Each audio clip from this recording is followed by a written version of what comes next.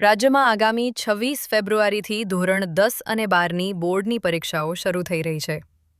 સુરત શહેરમાં હજારો વિદ્યાર્થીઓ આ પરીક્ષામાં બેસવાના છે.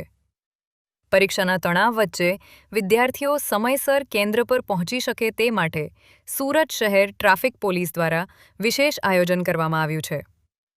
ડીસીપી ટ્રાફિક પન્ના મોમાયાએ આ અંગે સત્તાવાર જાહેરાત કરતા જણાવ્યું છે કે વિદ્યાર્થીઓની સુવિધાએ પોલીસની પ્રાથમિકતા રહેશે. સુરત શહેરમાં હાલ મેટ્રો રેલનું કામ યુદ્ધના ધોરણે ચાલી રહ્યું છે, જેના કારણે શહેરના મુખ્ય માર્ગો સાંકરા થઈ ગયા છે અને ડાયવર્ઝન આપવામાં આવ્યા છે.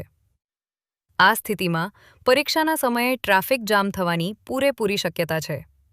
ખાસ કરીને વરાછા, અડાજણ અને મજૂરા ગેટ જેવા વિસ્તારોમાં મેટ્રોના પિલરને કારણે રસ્તાઓ પર દબાણ વધ્યું છે, જે પરીક્ષાર્થીઓ માટે ચિંતાનો વિષય હતો. આ પડકારને પહોંચી વળવા માટે સુરત ટ્રાફિક પોલીસ દ્વારા જે વિસ્તારોમાં મેટ્રોનું કામ ચાલુ છે ત્યાં 80 જેટલા વધારાના ટ્રાફિક પોલીસ જવાનોને સ્પેશિયલ ડ્યુટી સોંપવામાં આવી છે. આ જવાનોનું મુખ્ય કામ પરીક્ષાના સમયે ટ્રાફિકનું સુચારું સંચાલન કરવાનું રહેશે, જેથી વિદ્યાર્થીઓની સ્કૂલ બસ કે પ્રાઇવેટ વાહનો ક્યાંય અટવાય નહીં. મોટા પરીક્ષા કેન્દ્રોની બહાર પણ પોલીસનો ચુસ્ત બંદોબસ્ત રહેશે. આવતીકાલથી બોર્ડની પરીક્ષા શરૂ થઈ રહી છે. તમામ વિદ્યાર્થીઓ બોર્ડની તૈયારી કરી રહ્યા છે, પરીક્ષાની ગંભીરતાપૂર્વક તૈયારી કરી રહ્યા છે. અને સુરત શહેર ટ્રાફિક પોલીસ પણ આની માટે એક આગોતરું આયોજન કર્યું છે, જે અંતર્ગત અમે લોકો એક હેલ્પલાઇન બનાવી છે. હેલ્પલાઇન નંબર જે છે 7434095555.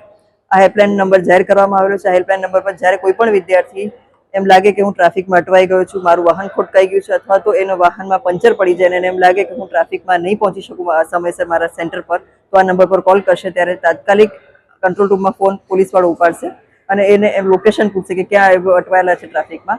અને અમારી આખી ટ્રાફિક પોલીસની 40 જેવા ટુ વ્હીલ વ્હીકલ પાસે પોલીસ તૈનાત રહેશે અને એમાંથી કોઈ પણ એક જે નજીકમાં હશે ત્યાં પહોંચી અને એને સુરક્ષિત એના સેન્ટર પર સમયસર પહોંચાડી દેશે. સાથે સાથે અમે લોકોએ જે મેટ્રોના કારણે ટ્રાફિક જામ થવાની સમસ્યા થાય છે અને જે પરીક્ષાના સમયે વધારે પ્રમાણમાં એક જ સેન્ટર પર જ્યારે વિદ્યાર્થીઓ જતા હશે ત્યારે ત્યાં નકારી શકાય નહીં કે ટ્રાફિક જામ થઈ શકે, તો જેના કારણે મેટ્રો જ્યાં જ્યાં કામગીરી ચાલી રહી છે ત્યાં 80 જેટલા વધારે ટ્રાફિક જવાનો પરીક્ષાના સમયે તૈનાત રહેશે અને એ વિસ્તારમાં પણ ટ્રાફિક જામ ન થવાની તકેદારી રાખવામાં આવશે.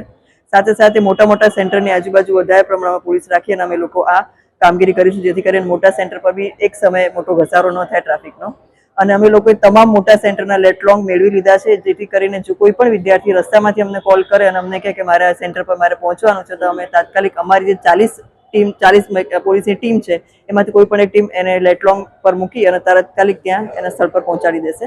અને આમ સમયસર અમે વિદ્યાર્થીને એની પરીક્ષા સેન્ટર પર પહોંચાડવા માટે પૂરતો પ્રયત્ન કરીશું.